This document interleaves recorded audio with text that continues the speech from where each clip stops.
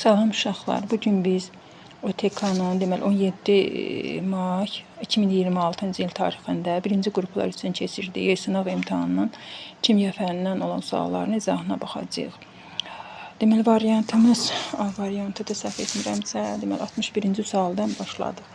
Deməli 61-ci sualda baxın. Adi pəncərə şüşəsinin istehsalında istifadə olunan maddələri müəyyən edin. A variantını götürə bilmərik. Çünki A variantında kalium, natrium, kromat, silisium var ki, bilirik ki, kimyəvi şüşənin, yəni çətin əriyən şüşənin istehsalında tətbiq olunur. B-də maqnezium karbonat var.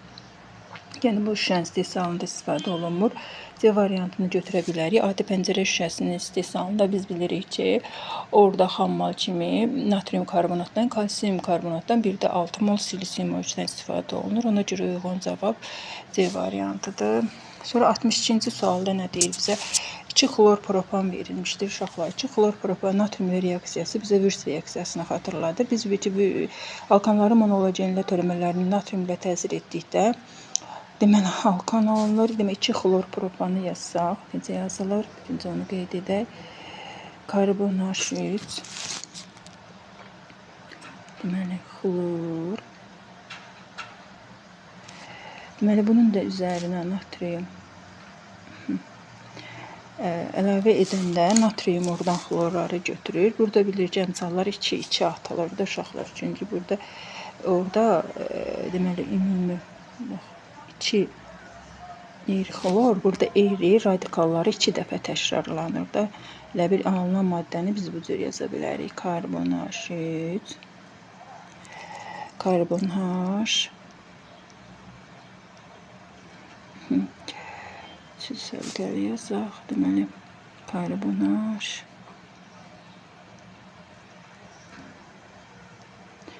baxın, elə bir radikalları biz orada 2 dəfə yazdıq. Yəni alınan orada da yenə natrium xlorid, orada natriumda 2 mol götürülür uşaqlar. Yəni üzərinə 2 mol natrium əlavə edəndə götürülən radikalımızı 2 dəfə təkrar olaraq yazırıq.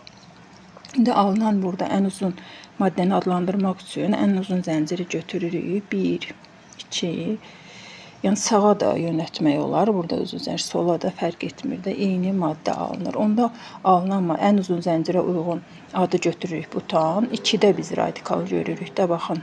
2-dən sonra radikal gəlir. Bir də 3 nömrə, 3-cü karbon atomdan sonra radikal qeyd olunmuşdur. Ona görə 2-3 dimetil butan. Orada variantını axtaracağıq. Y variantı.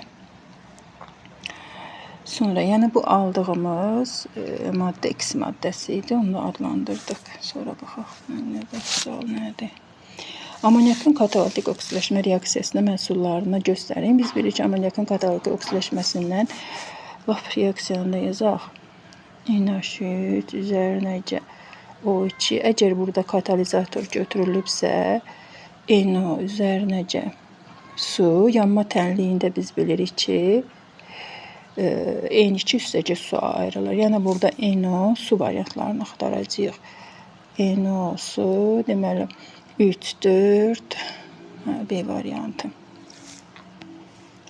Sonra zilaların tərkibində hansı amin turşuların qalıqları ola bilər? Uşaqlar, biz bilirik ki, zilaların tərkibində alfa amin turşu. Zilalar yəni alfa amin turşu qalıqlarından ibarətdir. Bunları lövhəmizə böyüdək. Yazaq bunları. Deməli 2 amin deyək də 2 amin propan turşusunu yazaq. Birinci verilib bizə bir də 2 amin propan turşusu. Deməli karbon H3, COH. Biz bilirik ki, burada alfa, beta, gamma burada adlandırması edərsən, birinci karbon atomunu nəzərə alırıq. İkinci karbon atomundan sonra nömrələnməni aparırıq. 3 amin butan turşusu. Deməli butan turşusunu yazaq. Karbon H3, karbon H2, COH. İndi baxın, 3 amin butan turşusu uşaqlar orada qeyd edilibsə, 3 nömrə orada aparsaq, bax, indi nömrələnməyə görə biz 1, 2, 3-dən sonra orada bir dənə hidrogen atomu qırılır. N H2 ilə əvəz olunur. Amma bizdə burada uşaqlar zülalların tərkibinə daxil olanda alfa, beta, qamma işarələnməsi nəzərə alınmalıdır. Onda birinci işarələnməni alfa götürsək, ikinci karbon atom alfa, beta, qamma. Sonra üçüncünü qeyd edək. Üçüncüdə nə deyir? 3,2 metil propan turşusu. Deməli, propan turşusunu qeyd edək uşaqlar. Karbon H3. Deməli, 2 metil deyirsə, burada metilimizi qoyaq. Karbon H3, COH. Baxın, bu nömrələnməni aparanda da burada amin qrupunu mütləq yazmalıyıq. Uşaqlar, karbon H2, NH2. Baxın, beynəlxalq adlandırılmaya əsasən, baxın, 1, 2, 3. Deməli, 2 metil, 3 amin propan turşusu. Amma burada biz zülalların bizdə dedik ki, adlandırılmasında alfa, beta, qamma adlandırılmasından istifadə edirik. Onda da ikinci karbon atomundan nömrələnmə aparılır da. Deməli, alfa, beta. Sonra hansıdır? Amin etan turşusu. Deməli, etan turşusunda yazaq. Karbon H2, NH2, COH. Bu da glisen turşusudur da biz bilirik ki, amin etan turşusu glisen turşusudur. Yenə burada nömrələnməni aparsaq, ikinci karbon atomundan alfa. Dördüncü. Baxırıq ki, alfa nömrələnməsi olan 4-dür. Bir də deməli 3 variantları. 65-də deməli birinci karbon atomu, daha doğrusu 1-4-dür. 1-4 variantları D variantını götürürük uşaqlar burada. Baxın burada. Birinci də bax burada uşaqlar baxın alfa. 4-də də baxın alfa adlandırılması da dedik ki, zülalların tərkibinə alfa amin turşuları qalıqları daxildir. Sonra 3-cü sualda qaldıq. 63-cü sualda.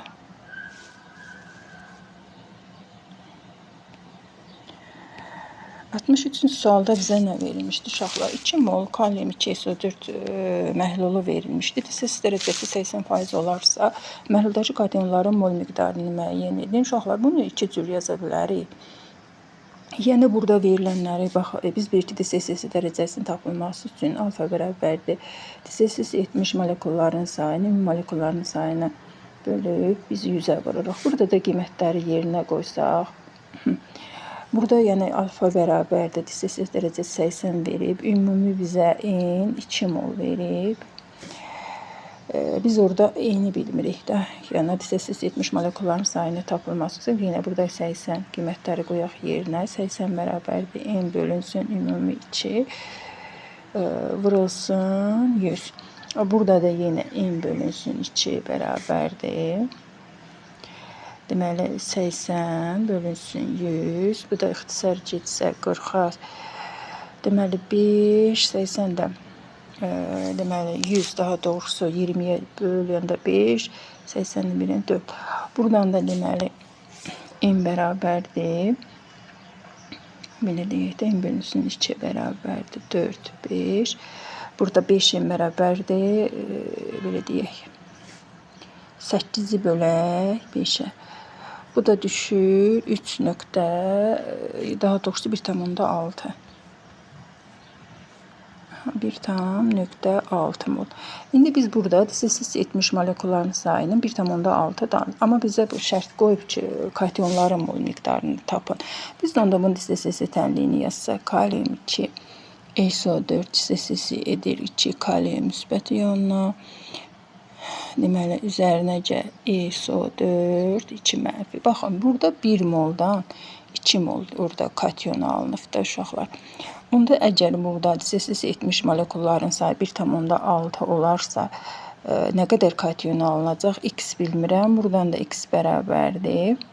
1,6-nı 2-yə vursaq, 3,2, yəni mol kationların miqdarıdır burada. Cavab Y variantı. Yəni, sayda bu, yenə də bu tənliyin üzərindən də qısa yolla gedə bilərdi. Bax, belə də yaza bilərdik ki, məsələn, uşaqlar 1 moldan baxıram ki, orada 2 mol katyon alınıb da burada.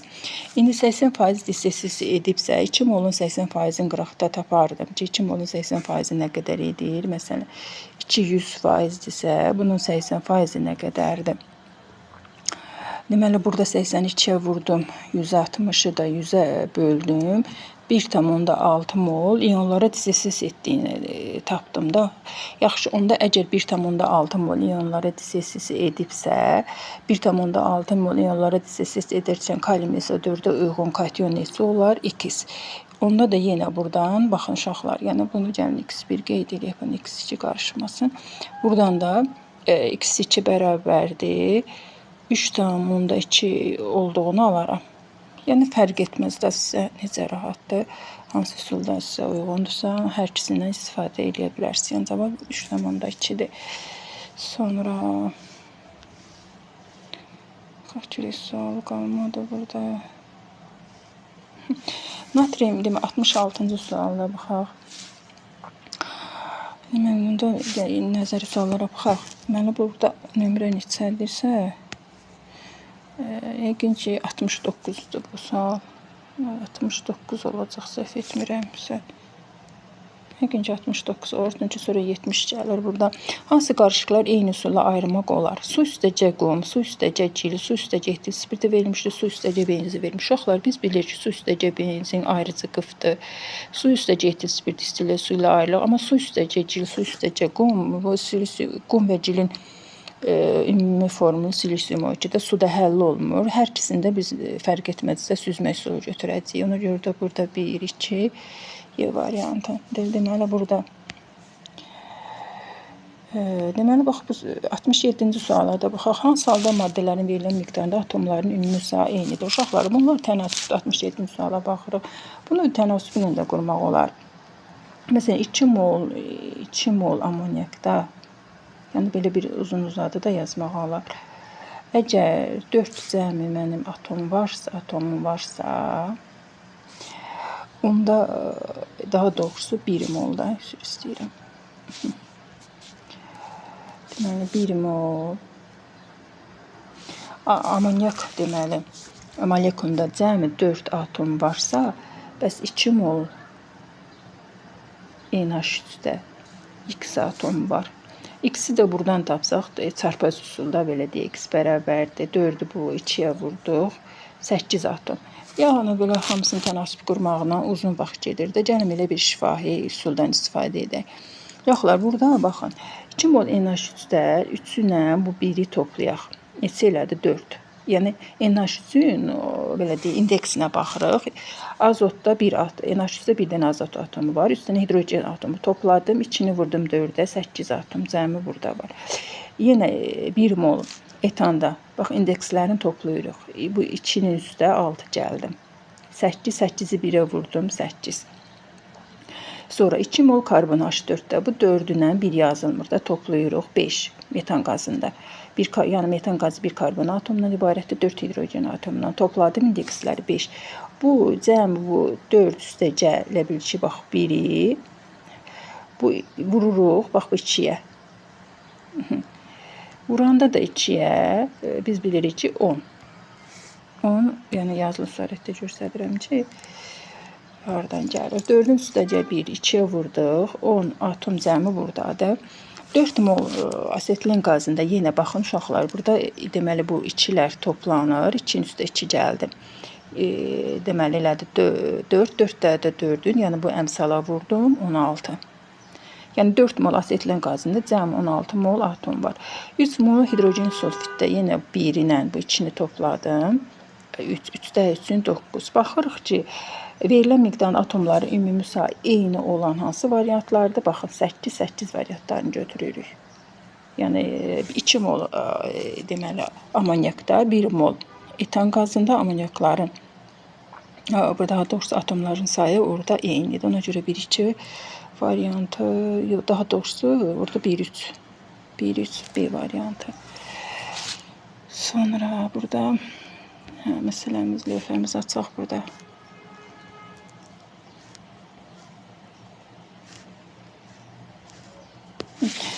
Burada bizə baxın uşaqlar 66-cı sualda kükürdün qələvi məhlullə reaksiyası verilmişdir. Reaksiyadan alınan suyun kütləsi əgər 108 qram olarsa, reaksiya nəticəsində alınan duzların ümumi mol miqdarını tapın. Biz bilirik ki, qələvi məhlullə kükürdün reaksiyasından 2 duz alınır. Yazaq deməli üzərinə gəl natrium OH keçir deməli natrium 2 isə üzərinə gəl natrium sulfid bir də su. İndi burada yəni şifahi ya yazmalıyıq, əmsallaşmanı ya da elektron balansı üsulundan orada hesablama getməlikdir, ya daha doğrusu əmsallaşdırma. Kükürd baxırıq sıfırdan keçib. Deməli bir dəfə S-2-yə bir dəfə də kükürd atomu keçib kükürd müsbət 4 oksidaşmə dərəcəsi. Yəni kükürd atomu öz-özünə oksidaşır, həm reduksiya olunur. Yəni bu reaksiya dispropsiya belə oksidaşmə reduksiya reaksiyalarından misaldır. Deməli baxın, kükürddən -2 keçibsə burada 2 elektron qəbul edib. Burada 4 elektron verdi. Deməli 2 yazdıq, 4 ixtisar getdi. Yerlərini dəyişdi 2, 1. Yəni baxın, burada kükürd -2 ala keçirdiyi hansı birləşmədir? Natrium sulfiddir. Deməli bizə bura mən 2 yazıram. Qalanın özüm düzəltməyəm. Deməli 2 kükürd burada. Natrium 2 SO3-ün tərkibində 1 kükürd var da uşaqların. Ona görə bura 3 yazırıq. Sonra nə yaza bilər? Natrium aşağı neçə yaza bilər? 2 də 2 4, 2 gəldim 6 da bura yazıram. Suya da deməli 3 yazıram. Düz oldu mu? Baxaq, hə, düz oldu. İndi suallara cavab verin. Reaksiya nəticəsində alınan duzların ümumi mol miqdarı. Bizə şərt verir ki, reaksiya alınan suyun kütləsi 108-dir. Burada baxırıq ki, 3 də 16-nın neçə eləyir deməli burada? 48 qramdır da, hə, 48 qram. Burada, yox, daha doğrusu 3-ü vursaq 18-ə 54 eləyir. Bunu pozaq. Burada deməli 54 qram deməli su alınmışdır nəzəriyyəyə görə. Burada nə qədər onda belə deyək, duzların ümumi mol miqdarına baxırıq. 2 buradadır, 1 mol da buradadır. Onda ümumi duzların burada miqdarı 3 moldur. Deməli 3 mol orada duz alınanda əgər 54 qram su alınırsa 3 mol duz alınanda onda 108 qram burada 108 qram da o praktik verilən, o cədvəldə verilən rəqəmdir da 108 qram su reaksiyaya daxil olunda duzların ümumi mol miqdarı x mol olacaq da onda burada x-i də tapsaq deməli buradan hardan yazaq? Buradan yazaq. Onda x bərabərdir. Lap oradan artmanı görə bilirik. Uşaqlar əslində 54 2 dəfə artıbsa 3-ü də 2 dəfə artırıb 6 mol yazmaq olar. Amma yenə də yazaq burada x-in tuşunda 54 düşdü. Aşağı 3 vurulsun 108. Burada da yenə 108 54 2-yə ixtisar gedir. 2 alınır. Burada 1 bərabərdir 6 mol. Deməli, alınan duzların ümumi mol miqdarı burada 6 moldur. Sonra deməli, hansı sualımız qaldı? 70-ci suala baxaq.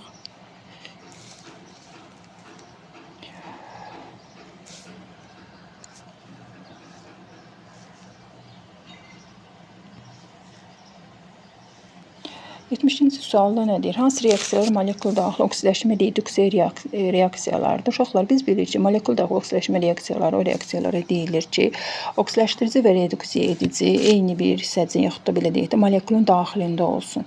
Baxın, birinci kalium kloratda, birinci reaksiya təliyində kalium klorid parçalanmışdır, kalium klorida. Burada xlorun oksidaşmə dərəcəsi deməli müsbət 5-dən gəlib bu keçib -1-ə, bir də oksigen -2-dən keçib 0-a. Bu molekul daxilidir. Niyə? Çünki baxırıq ki, oksidaşdırıcı və reduksiya edici eyni bir molekulun daxilindədir. Ona görə bunu götürə bilirik. İkinci halda kommutasiyadır. Uşaqlar, kükürt buradan baxın. -2-dən burada keçib 0-a, bir də müsbət 4-dən 0-a keçib də. Yəni, oksidaşdırıcı və reduksiya edici Eyni kimyəvi element atomudur, yaxud da ki, belə kommutasiyaya belə bir tərif deyir ki, eyni kimyəvi element atomları müxtəlif oksidaşmə dərəcəsinə, eyni oksidaşmə dərəcəsinə keçərsə, biz buna kommutasiya deyirdik. Kommutasiya tipli oksidaşmə reduksiya reaksiyaları deyirik. Natrium nitratda da baxın uşaqlar. Deməli, burada natriumda müsbət 5-dən azot gəlib 2-də 2, 4, 4-dən 1 çıxdım, müsbət 3-ə keçib. Bir də burada oksigen 2-dən 0-a. Bunu da götürə bilərik. Çünki oksidativ reaksiyası ayrı-ayrı maddələrdir. Eyni molekulun içindədir, daxilindədir. 4 isə götürə bilmərik. Burada 0-dır. Müsbət 4-dən karbondan söhbət gedir. Burada keçib müsbət 2-yə. Bu da 2 müxtəlifdən birinə keçibsə, bu da yenə də kommutasiyadır. Deməli, cavab 1, 3 deyə variantı.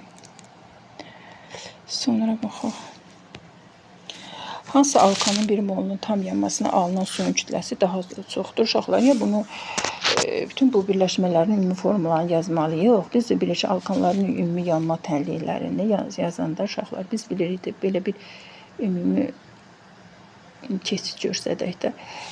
Biz bilirik ki, bunlar yanında N+1 su alınır.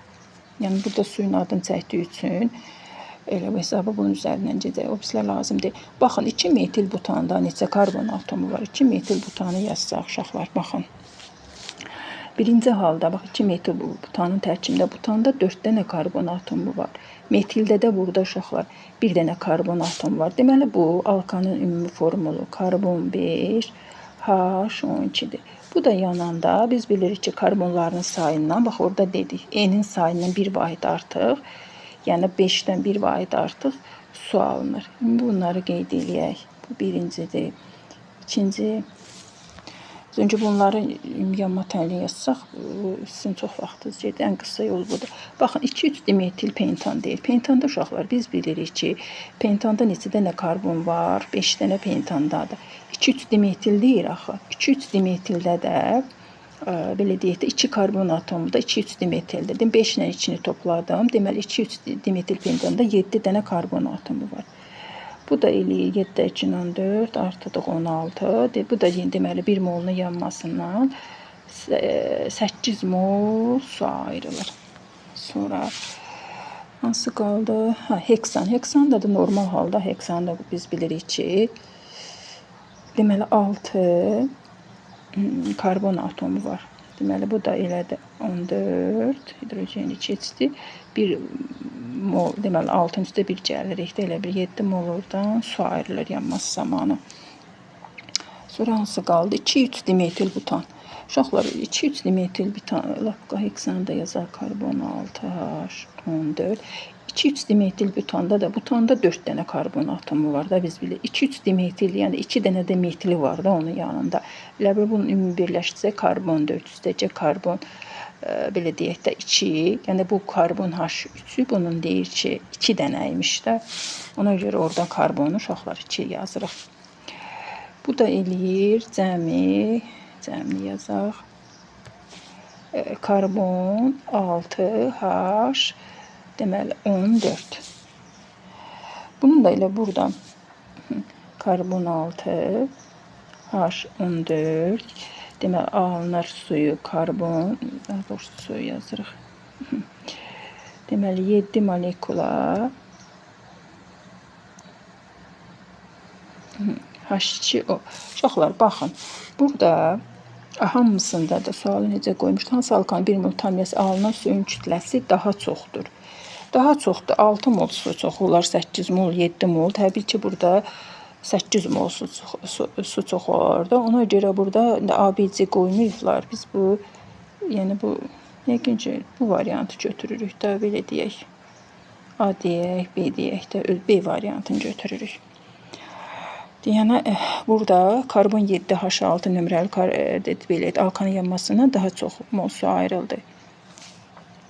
Sonra 71-ci suala baxaq. Burada A qram, B qram yazıb ki, şərtdə 71-ə baxırıq. A qram duz, B qram suda həll edildikdə doymuş məhlul alınır. Eyni temperaturda uzun həll olmayan 250 qram bölünsün litr olsa, B bölünsün A nisbətini hesablar. Uşaqlar, biz bilirik ki, KH tapılması üçün Biz beləcə həll olan duzu bölürdük suya, minə vurur da. Burada KH-ımızı verib, yazaq ki, elə 250, yaxşı, elə bərabərdir. Belə deyək də, A qram duz bilmirik, elə A yazaq. Bölünsün suya, vurulsun minə. Onda yaza bilərik ki, A bölünsün 1000 bərabərdir 250 bölünsün 1000. Buradan da deməli A-ın B-yə nisbəti bərabərdir. Deməli ixtisar getsə 1, 4. İndi burada da amma baxın fikir verin. B-yin A-ya nisbəti deyir. B-yin A-ya nisbəti deyirsə, elə uşaqlar buradan alınır ki, yəni B-yi böldüm A-ya, yəni A1-dir, B-də 4-dür, tərsini götürürük də 4 belə 1, 4 olduğunu tapdıq. Yəqin ki, bu 4Y variantı olacaq. Y variantı. Sonra burada sualımız qalmadı. Bax görək, burada sual varmı?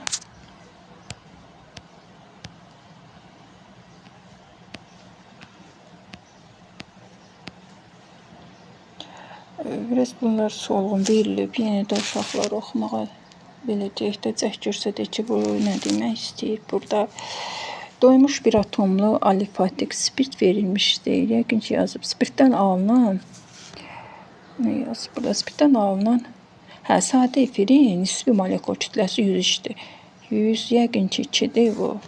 Bunu uşaqlar atıb mən özürü sayın. Yəni buraya diqqət eləmədim. İndi burada nə deyir? Spirt molekulunda atomların ümumi sayını istəyir. Yəni uşaqlar burada, yəni burada da qeyd edə bilərik. Demək, doymuş bir atomlu alifatik spirtlərin ümumi formulu uşaqlar biz bilirik ki, karbon N, hidrogen 2N plus 1 OH-dır. Bunların da emiri 14 N üstəcə 18-dir. Biz nə edə bilərik? Buradan, yəni bundan istifadə edib karbonun burada nömrəsini tapa bilərik də. 14 N üstəcə 18 bərabərdir 102. 14 N bərabərdir, deməli 102-dən də 18 sıxsan 84 səhv eləməkdir. N bərabərdir karbon 6 olduğunu tapdıq. Yəni burada spirtdən karbonun nömrəsi belə deyək də, daha doğrusu yox. Biz burada spirtdən alınan sadə efirin nisbi molekülüdür. Bu efirdə karbonun nömrəsinin 3 olduğunu tapdıq. Onda əgər bunu 3 olsa, onda bir spirti biz ümumi formulların biz bilirdik ki, spirtlərdən belə bir qaydamız, tənliyimiz var idi. 2N plus 1 2 mol əgər götürmüşüksə, T kiçikdir 140 dərəcə olarsa, orada belə bir karbon N, belə deyək də, 2N plus 1 oksigen bir də təkrarlanırdı. Karbon-in 2N plus 1 belə bir sadə efir alırdıq. Bax, bundan istifadə etsək, baxın, burada aldığımız bu, belə deyək də, bu 6, belə deyək, burada sadə efirin ümumi formulu. Deməli, bu karbonun burada 3 burada olmalıdır ki, 3 dənə karbon atomu buradaymış, 3 dənə karbon atomu buradaymış ki, bu alınan bu sxemdə. Ümumi başlanğıcda mənim orada sadə efirin, daha doğrusu ümumi başlanğıcda, yəni götürdüyümüz spirtin ümumi formulu, onda karbon 3, H7, OH imiş. Yəni bundan 2 molekula götürəndə, baxın, şərt ödənir. Baxın, karbon 3, H7. Bu tipli, yəni dipropil sadə efirə alınır. Dipropil sadə efirində emeri 102-də ondan istifadə, 108-dir daha doğrusu, 108-də ondan istifadə etdik. Spirtin molekulundakı olan karbon atomlarının sayını 3 olduğunu tapdıq. Burada da bir molekula su ayrılırdı. İndi sual nə deyir bizə? Spirt molekulunda atomların ümumi sayını. Ümumi sayını deyirsə, uşaqlar, deməli 3 buradadır, 7 burada, 7, 3, 10, 11, 12. Baxın, 1 burada yazılmır. Karbon 3H7 propil spirtidir də bizim yəni yazdığımız. Spirt budur, bax, karbon 3 tapdığımız. Yəni, burada da indekslərini toplayacaq. Baxın, indekslər 3, 7, 1, 1. Deməli, 7, 3, 10, 11, 12 variantı. Hansı reaksiya 73-cü suala baxırıq. Hangisi reaksiya yaxud reaksiyalar nəticəsində dəmirin 3 valentli birləşməsi alınır? Biz bilirik ki, dəmir üstəcə xlor 2, keçir dəmir. Deməli, uşaqlar 3 xloridə. Dəmir burada. Deməli, dəmir 2 sulfid alınır. Dəmirin qatı sulfat turşusu ilə biz bilirik ki, dəmir 3 sulfat alınır. Sonra bu qəbula çox düşür. Bu uşaqlar hər il demək olar ki, buna bir sual hardasa düşür. Buna görə buna çox diqqət eləyin. Bu dəmirin tənliklərinə, xlorla, qatı duru sulfat turşusu. Əgər birinci tənlikdə dəmir üstəcə H xlor 2 ötsəydi, orada dəmirin 2 valentli duzu alınırdı. Dəmir xlor 2 alınırdı. İndi nə deyir burada? Dəmirin 3 valentli birləşməsi. 3 valentli birləşməsi baxdıq ki, 1-dir. Bir də 3-dür. 1, 3 hansıdır? C variantı. 75-ci suala baxırıq. Deməli, verilib 2 turşu ilə əsas verilmişdir. Reaksiya tənliyi əsasən X-i müəyyən edir. Uşaqlar, biz burada natrium götürə bilmərik. Çünki biz bilirik ki, natrium qələvlər heç vaxt parçalanmır. Yəni belə bir səhvdir. Alüminium da götürə bilmərik. Niyə? Çünki burada alüminium hidroksid olmasın. Burada mütləq 3 olmalı, 3 turşulu olmalı. Çünki orada 2 verib. Mis 2 hidroksid biz bilirik, suda həll olmayan əsaslar, suda amfiter hidroksidlər hamısı parçalanır. Sink də 2 valentlidir, mis də 2 valentlidir. Baxın, ona görə yəni burada sink oksid də alına bilər. Yəni mis oksid də alına bilər. Ona görə 1-i 4-ü götürə bilərik. Burada da yəqin ki 1-dir. Sonra nə deyir burada? Kalsium fosfidin su ilə tənliyi verilmişdir uşaqlar. Bunun deməli yazaq da burada. Kalsium burada yeri var. Altından yazaq. Kalsium fosfidin. Buradan yazaq. Kalsium 3 P2 üzərinə gəl. H2O alınır kalsium hidroksid üzərinə gəl pH3. Deməli, burada baxırıq ki, oksidaşma uşaqlar bu reduksiya reaksiyası deyildi da. Yəni, bunları oksidaşma reaksiya yazmaq düzgün deyil. Onda biz nə etməliyik? Əmsallaşmanı özümüzdən qoymalıyıq da. Neçə ata bilərik? Gəlin fikirləşək. Deməli, fosfora buna 3 ataq. Çünki orada kalsium 3-dür. Fosfora 2 atdım. Bax, düzəlir mi? 2-də 3-ün 6. Burada 3 atdım. Düzəlir oksigenlər. Deməli, 2. Deməli, 2 oradan 6 oksigen etdi. 2-də 3-ün 6. 3-də 2-ün 6. Yox, burada etmədi axı onda. Yəni, biraz mənim sallaşdırmada mənim heç aram yoxdur uşaqlar. Çünki yorucu bir artıq iş kimi gəlir mənə.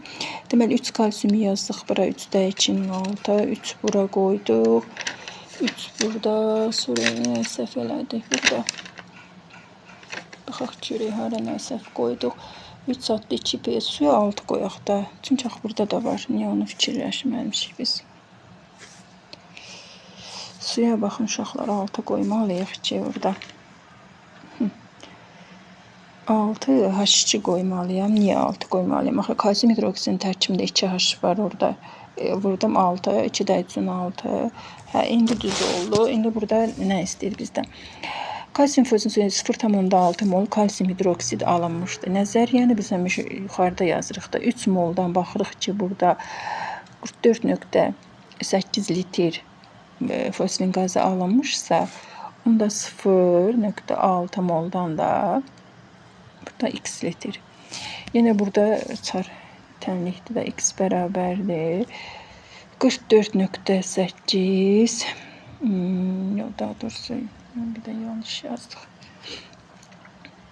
Deməli, x bərabərdir 3 0,6 burası 44,8-ə. Burada da nə ixtisar gedər?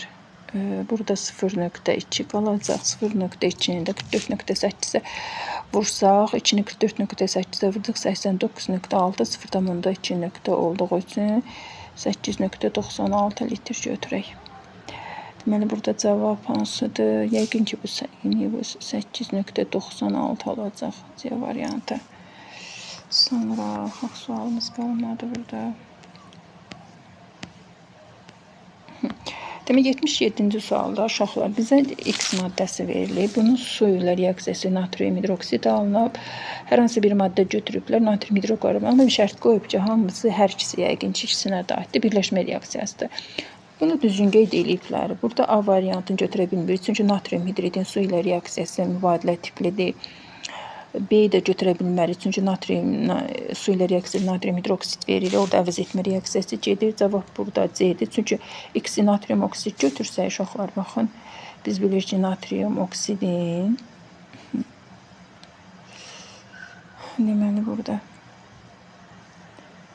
natrium 2 oksid üzərinəcə su, bu natrium birləşmə reaksiyasında natrium hidroksid verir.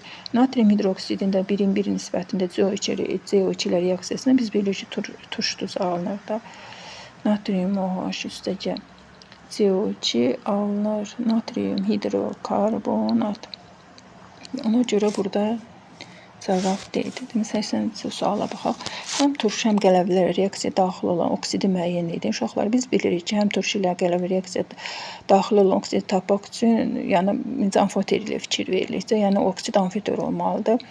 Dəmiri götürə bilmərik, çünki dəmir ferum 2 olsaydı uyğun gedərdi. Xrom da 2 oksid əsas oksiddir. Əgər xrom 2 OH olsaydı uyğun gedərdi. Misin amfoterliyi yoxdur, bariumin amfoter oksidi yoxdur. Ona görə cavab burada düzgün götürüblər. Y variantıdır.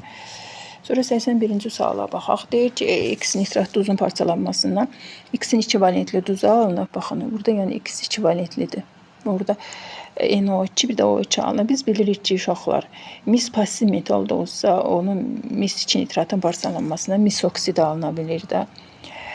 Bir də burada orta aktiv metalların parçalanmasından oksidi NO2 OH alınır. Yəni burada bir də maqnezium oksiddir. Kalsiyumun parçalanmasına biz bilirik ki, kalsiyum nitrit alınır. Yəni bunu götürə bilmərik.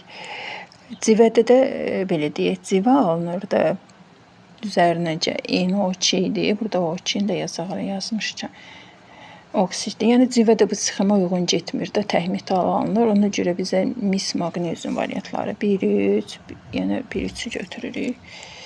Sonra baxaq nə deyir. 78-ci sualda kalium şorası verilmişdir. Mineralın tərkibində kalium nitratın 50.5%-dir. Azotun kütlə payı A%-dir. Bunu 2 üsulundan da yazmaq olar. Qısa belə uşaqlar üsulundan da yazmaq olar ki, məsələn, burada bizə verilib kalium nitratın emiri 101 verilib də.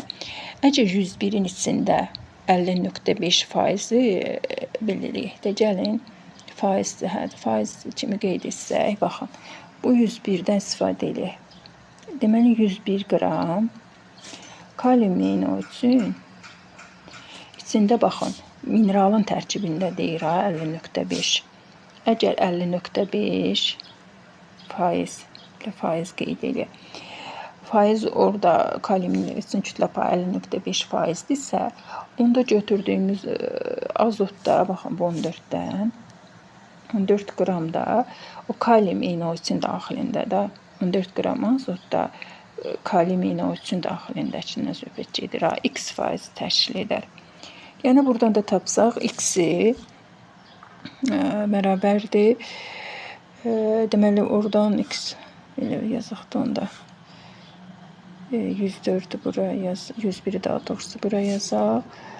50.5 vurulsun 14. Buradan da bu ixtisar gedəcək. Bura 2 bərabərdir 7%. A-nın qiyməti 7% olur. D variantı. Bunu belə də yazmaq olar.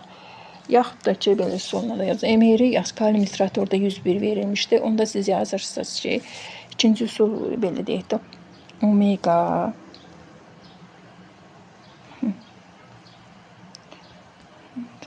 yaxud da yazmaq olar, baxın belə. Deməli, omega azot. Deməli, biz bilirik ki, kalium nitrat 101-dir, emiri yazdıq. 14-ü də vurdıq 100-ə. Burada da tapırıq ki 13.9 sıxır səhv etmirəm. 13.4. Bu da elə 14 deməkdir də. Amma uşaqlar fikir verin. Burada mineralın tərkibində kalium nitratın kütlə payı hardasa onun yarısıdır da. Ona görə də mən harda 14-ü 2-yə bölüb elə 7 götürürəm. Yəni bu birinci üsul ya da bu ikinci üsul. Yəni sizə hansı uyğundur, rahat başa düşürsünüz, o üsulla eləyə bilərsiniz. Sonra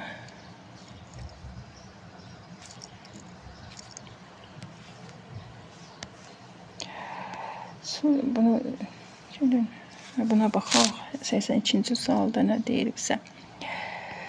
Yazıb ki, deməli azot N2-3H2 ammiak alınması reaksiyasının tarazlığı başlanğıc maddələrin alınması istiqamətinə necə yönəldir? Başlanğıc maddələrin alınması istiqamətinə deyirsə uşaqlar, yəni də biz bunu sağa yox sola yönəldəcəyik də, yəni hansı prosesi aparmaqla biz başlanğıc istiqamətə tarazlığı yönəldə bilərik. Sonra baxaq, temperaturu azaltmaqla uşaqlar, eksotermik reaksiyalarda biz bilirik ki, temperaturun artırılması belə deyək, başlanğıc maddələrə tərəf azaltsaq, deməli sağa gedəcək də, götürə bilmirik. Təzyiqi artırmaqla, baxın, burada 4 həcm, yox, reaksiyanı yazaq elə burada. N2 üzərinə 3H2 alınır 2NH3. Baxın, burada 4 həcm keçib 2 həcmə. Burada da baxın, təzyiqi artırsam, həcmin azalmaq istiqamətində gedəcək də, sağa gedəcək. Ona görə götürə bilmirik. Amoniak qatlığını azaltmaqla. Əgər mən amoniakın qatlığını azaltsam, yenə burada belə deyəcək, reaksiya sağa yönələcək. Götürə bilmirik. Hidrogenin qatlığını artırmaqla. Əgər hidrogenin qatlığını artırsam, deməli amoniakı dedik də, amoniakı dedik. Dedik amoniakı. Hidrogenin qatlığını artırmaqla. Hidrogenin qatlığını da artırsam daha çox məhsul alacağam da, sağa yönələcək. Azotun qatlığını artırmaqla. Burada nə oldu, hamısı elə variant çıxmadı. Deməli azotun qatlığını əgər artırıramsa, yenə daha çox məhsul alacağam. Deməli biz nəyə qaçırdıq burada? Hidrogenin qatlığını azaltmaq deyir, üzr istəyirəm, burada artırmaq deyir, azaltmaq deyir. Azaltmaq deyirsə, uşaqlar, burada deməli, azaltmaq deyirsə, başlanğıc tərəflə yönəlir, yəni sağa yönəlir. D variantını götürürük. Azaldanda, deməli, kimyəvi tarazlıq başlanğıc tərəfdə qalır, yəni sağda yox, sol tərəfə yönəlir. Yəni başlanğıc maddələrin alınması istiqamətinə yönəlir. Ona görə burada cavab D variantıdır. Sonra bu nədir? Baxaq. Lövhə açaq. Burada üstündə yazıblar. Lövhə açaq burada. Burada nə deyir? M qram kalium hidridin su ilə reaksiya tamamilə sərf olunduqda 56 litr hidrogen ayrılmışsa M-i hesablayın. Kalium hidridin su ilə təmliyini yazaq uşaqlar. Kalium hidrid üzərinə su. Biz bilirik ki, alınır kalium hidrid üstəcə H2. Baxaq görə əmsallaşdırma lazımdırmı bizə? Xeyr. Baxın, kalium hidridin burada kütləsi 40-dır. 40-dan 22.4 litr alınmışsa, bizə də M qram deyil. M qramla da burada baxırıq ki, şərt qoyub ki, 56 qram, daha doğrusu 56 litr hidrogen orada qaz ayrılmışdır. M-i hesablayın, yenə çarpaz üsuldan istifadə etsə 22.4 40 vurulsun 56. Buradan da deməli ixtisarla getməyəcək. 40-ı vurdum 56-ya böldüm 22,4-ə. Baxaq telefonda, belə kalkulatorumuzda. Bölsək 40 vuraq 56. Deməli 56 bölünsün 22,4 bərabərdə 100 eləyir burada. Deməli burada hidrogen M-in kütləsi 100 qramdır. Variant hansıdır? A variantı. Yəni cavab 100-dür. Yəni burada 56 litr hidrogen ayrılanda 100 qram kalium hidroksid reaksiyaya daxil olmuşdur. 81-ci sual heç görünmür uşaqlar. Baxaq görək bir şey tapaq. Yine başa düşmeye çalışarıq. Kauçukun ne böyüdək. Yaxşıca bir şey görünür. Kauçukun alınmasında istifadə olunan monomerləri müəyyən edin. Uşaqlar, biz bilirik, kauçukun alınmasında propilenden istifadə edilmir, etilendən istifadə edilmir. Yəni polipropilen, polietilenden heç vaxt kauçukun alınması edilmir. Alınan izopiren, xlorpiren, keçmişdə butadiyen, alkadenləri orada homologlarıdır. Onlardan götürə bilərik. Biri götürə bilərik, içini, səhv etmirəmsə, o da 3-dür. İkinci 3'tü orada. Yəni şifahi deyirəm, xlorpirindən, izorpirindən, butadiyen 1,3-dən, divinildən. Hər üçündən kauçukun alınmasından istifadə olunur. Uşaqlar, 87-ci suala baxaq. Bu suallarda nə yazıb? Kumülə edilmiş alkadenlər, konjuga edilmiş alkadenlərdir. Sürəli baxaq. Kumülədir də yəqin, konjuga edilmiş. Bu da alkadenlərin alkadenlər bölməsindən də. Uşaqlar, biz bilirik ki, bunlar da 1, 2 qoyaq dəstə. Deməli, 1-ə burada gedir A. Çünki kumülə edilmiş alkadenlər biz bilirik ki, iki qat rabitələr bir-birinə bir karbon vasitəsilə ayrılır da. Ona görə 1-ə A. Sonra konjuga edilmiş alkadenlərdə biz bilirik ki, iki qat rabitə 1 sigma ilə ayrılır. Ona görə 2-yə getdi B. Sonra 2-yə gedə bilər D. Niyə D? D-də də baxın, bir sigma ilə əgər o iki qat rabitələr ayrılırsa, biz onu deyirik konjuga edilmiş deməli alkadenlər. İzolə edilmiş alkadenlərdə çoxlu sigma rabitələri ilə ayrılır. Baxın, burada elə 2 sigma var. Ona görə 3-ə də getdi. Baxaq görək kumülə edilmişə daha uyğun hansıdır? Hə, bir də C variantı. Baxın, C-də də yenə orada iki qat rabitələr, bir dənə sp karbon vasitəsi, sp hibrid halında olan karbon vasitəsilə ayrılır. Sonra baxaq. 84-də baxaq elə bu.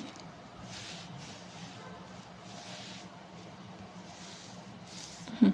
84-də uşaqlar bizə 2 tənlik verilib. Gəlin bunun üzərindən, çünki nə yazılıb? Təkrar biz yazaq. Fosfor üzərinəcə 1,5 mol xlor 2. Mən səhv etmirəm, P xlor 2-dir orada. İkinci P xlor 2-dir. Alınır P xlor 2 ya 3-dür, onu böyüdərək baxaq. Deməli 280 kilojol istəyir alır. İkincidə də yazıb P üzərinəcə 2,5 xlor 2 alınır P xlor 5. Bu P xlor yəqin ki 3-dür. Uşaqlar, P xlor 5 üzərinəcə 367. Biz burada nə edə bilərik? Gəlin burada, baxın, burada verib 280. Burada 367. İkinci tənliyin parçalanmasını yazaq da. Yazaq ki, P xlor 3 parçalanır P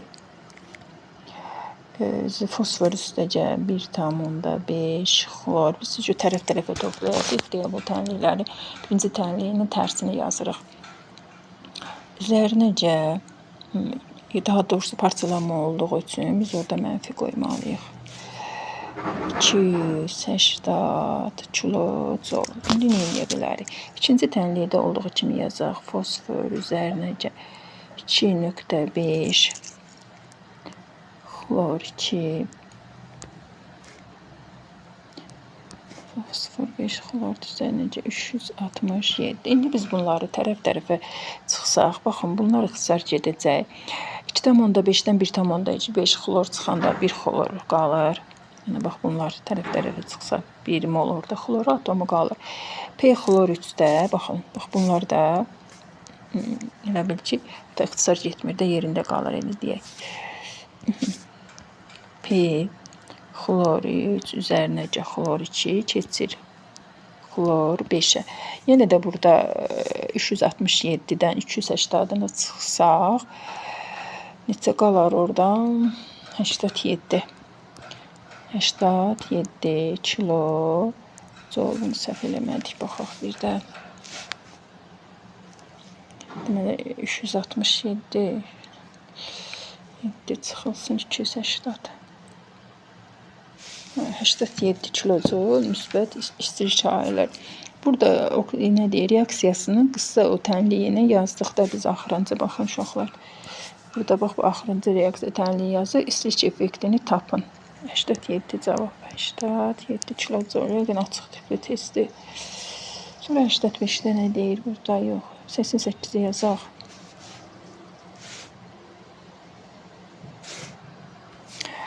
88-də nə deyir? Glukozanın yağ turşusuna qızdırılması zamanı 89 litr qaz qarışığı. Bax, o qaz qarışığına önəm verək. Demək, glukozanın yağ turşusuna qızdırma tənliyini yazaq. Demək, yazılır karbon 6, H, 12, oksigen 6. Yağ turşusu biz bilirik ki, butan turşusu da karbon 7, COH. Deməli, üzərinəcə CO2 üzərinəcə H2. Bax, belə bir tənliyi alınır. Bunu da deməli, əmsallaşdırmaq lazımdır. Bilmirik, 3 CO2 orada, 3'ü burada. Yox, əmsallaşdırma məncə lazım deyil. Yox, burada hidrogen atılır.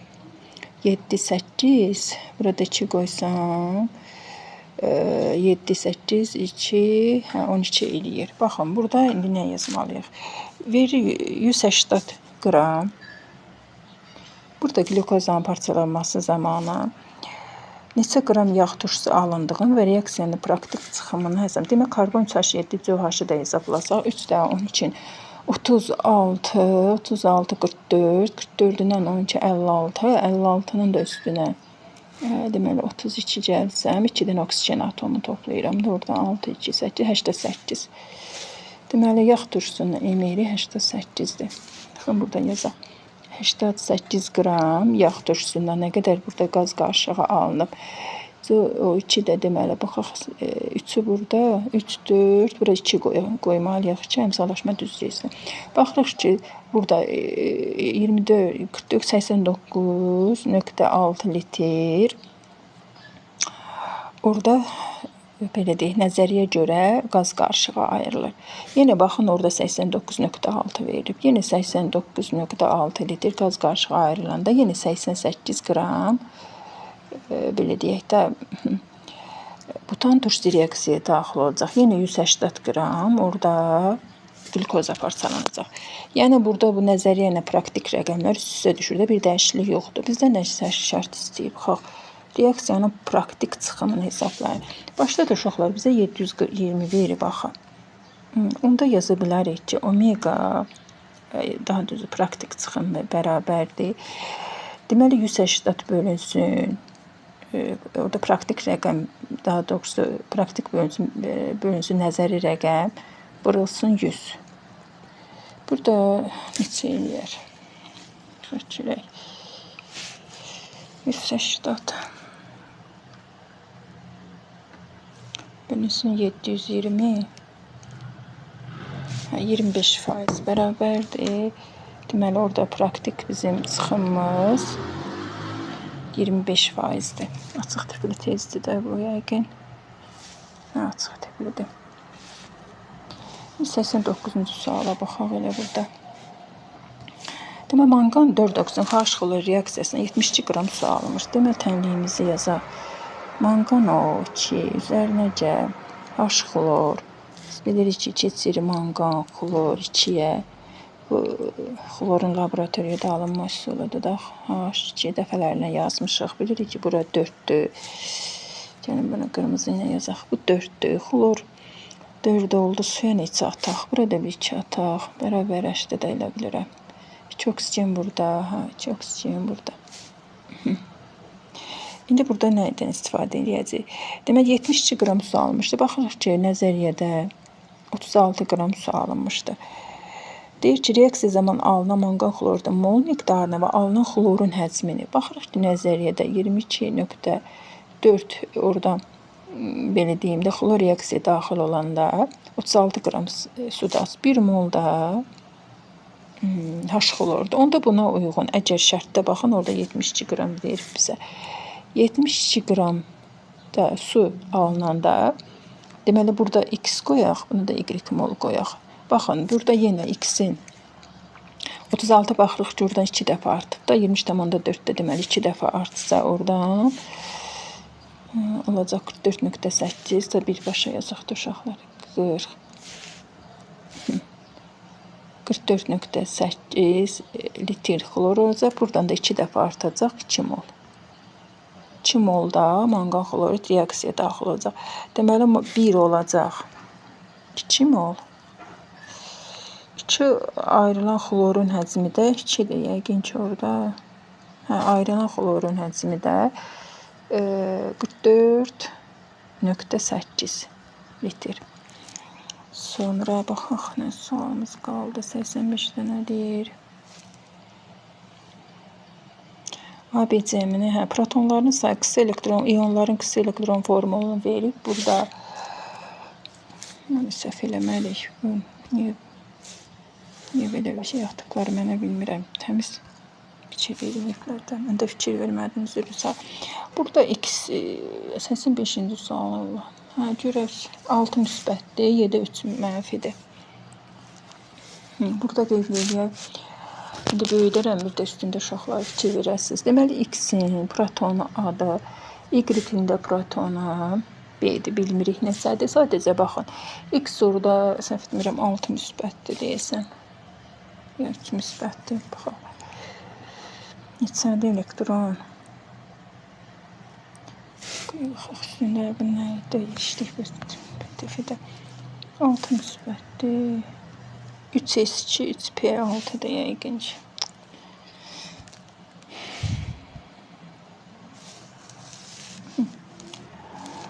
Deməli burada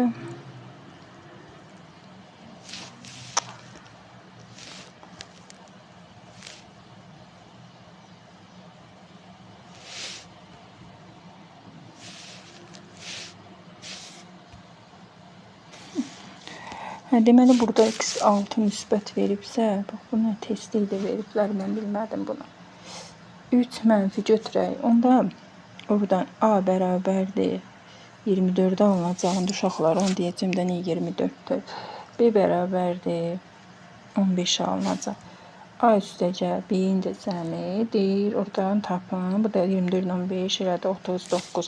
İndi əgər orada x-in elektron formulu qısa verib, uşaqlar x-i verib, deməli 3s 2 3p6 verib, səhv etmirəm. Bunu da 3s2 3p4 verib. P4-dür neçədir? Baxaq. Deməli əgər B 15-dirsə 3-ünü də aldı. 3s2 deməli 3p deməli 3-ün alsa bu 3-dür də, yəqin ki 3-dür. Çünki alıb tam bunu paylasaq, 3-ünü alıb mənfi 3 olur, 6-sını da verdi. 6-dır, yəqin ki orada bir də baxaq. Əgər A24-ü paylasaq, 1s2, 2s2, 2p6, 3s2, 3p6, deməli 8, 12, 18, 4s2, deməli gəlir 4s2, 3d, kənara çıxma var idi orada, 24-də 5 olur. Kənara çıxma var burada, xromdur 2, 8, 12, 18, 18-in də üstü 6, gəldim 24, bu xromda 24-dür.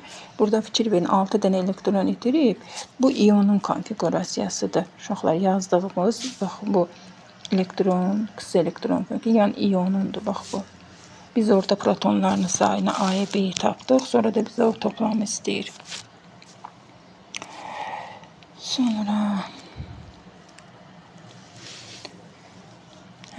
baxaq sual nədir? Etan və propan molekulunda rabitələrin ümumi sayını tapın. Bu rahat sualdır. Deməli uşaqlar bunu, yəni etan bilirik ki, karbon 2 H6-dır. Propan da biz bilirik ki, karbon 3 H8-dir. Bilir ki, alkanlarda sigma rabitələr sayılan ümumi rabitələrdir. İndeksləri toplayırıq. 6 üstəki 2, 8, bir vahiddə çıxırıq da. Elə 8 çıx 1 bərabərdir 7. Burada da yeni indeksləri 8, 3 topladıq. 11, bir vahiddə çıxdıq. Yəni ümumi rabitələrin sayından bir vahid çıxanda sigma rabitələrin sayını verir. Bu da 10. Deməli, burada nə istəyir bizdən? Rabitələrin ümumi sayı, deməli 10 üzərinəcə 7. Qısa yazaq da deməli. Yəni 10 ilə 7-ni topladıq. 17. Sonra baxaq nə sualımız var.